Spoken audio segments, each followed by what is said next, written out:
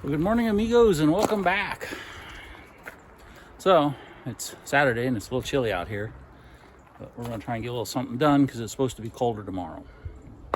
By colder tomorrow, I mean today's high of 46 and tomorrow's supposed to be like 35 with a low tomorrow night of like 17. Yeah, that's getting cold. I decided, since the self-tappers were really the only thing holding the piece down, that I needed to probably put some more in it since I had them. Since the stuff I've got is just a seam sealer and not really a adhesive. But like I had said previously, it's a legit auto body seam sealer. Luckily not AutoZone, but Amazon had it on sale for like $13 for the tube as opposed to like $25 normally. So if it turns into a single-use item, which it probably will by the time I get done putting it on there, and then won't have anything else to use it on, so it'll dry up before I try to use it again. It was $13, and hopefully we'll seal this floor up and the carpet will stay dry. That being said, let me show you the extra screws I put in. So we put several more in. So these, I actually went underneath of the car and found the lip of the subframe and drilled a small pilot hole up, so that I knew where it was.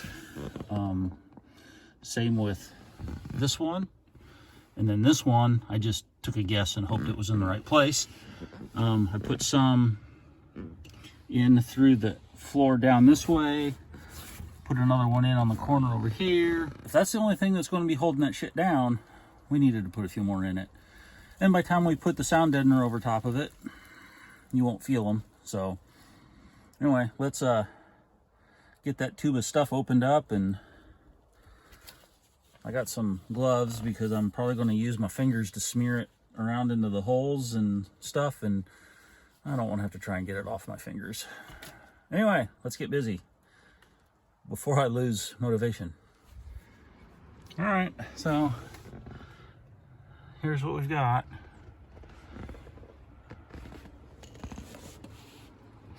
There was a pretty big gap in that corner, so I just tried to fill it up. Is it professional? Hell no. Will it not leak? Hopefully. But since it's 40 some degrees out here, it's probably going to take that shit 2 days to dry. So we won't be able to put down the sound deadener yet.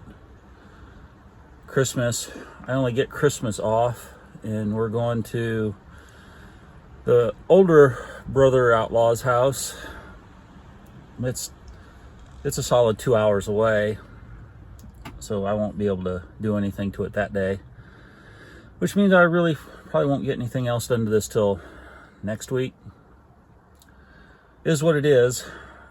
Once all of this dries, then I can get the sound deadener put down, get the carpet laid back down, and then crawl back up underneath of that dash and change the heater core, then get the heater hooked back up. Then once the heater's hooked back up, then we can get some tires for the back, some street tires, try to figure out some way to get some mufflers put on this thing, then tags and insurance, and we can drive it. Since it's chilly out, we kind of need the heater hooked up so that we don't freeze to death trying to drive it, because that's just not very enjoyable. But progress is progress, and like I said, that's probably as much as I'm going to get done today, because at least as far as this goes, I did buy some exhaust tubing. Maybe I'll drag a couple pieces of those out and slide under here and see if I can figure out if I'll be able to get any kind of mufflers put on it without having to take it somewhere and pay for it. Because, yeah, you know, you've all figured out by now, I'm kind of a cheap bastard. I'm kind of a cheap bastard that spends a lot of money on stupid stuff. Yeah, that's pretty accurate. It's funny. I bought a can of POR 15 to put down, you know, to keep stuff from rusting and to cover the rust. But everything was so rusty, and I knew that, you know, within the next couple of years, it's all just going to get torched out of there anyway. Instead of using the POR 15, I just used a can of black spray paint. But I did buy I did buy some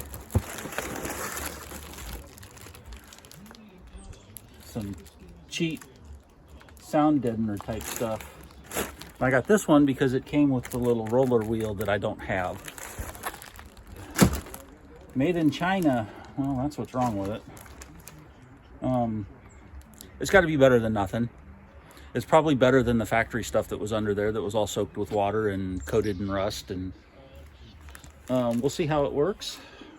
And if we like it, we'll buy some more. It was definitely cheaper than Dynamat. They're really proud of that stuff. But anyway, we'll try it. That's definitely enough to do the floor on that side. Hell, it might be able to do the floor on the driver's side too once I peel that carpet back and look to see what kind of mess that is. Yeah, I'm sure it's going to need some attention too, but it shouldn't need that. I mean, because just looking at it from underneath, it's nowhere near as bad.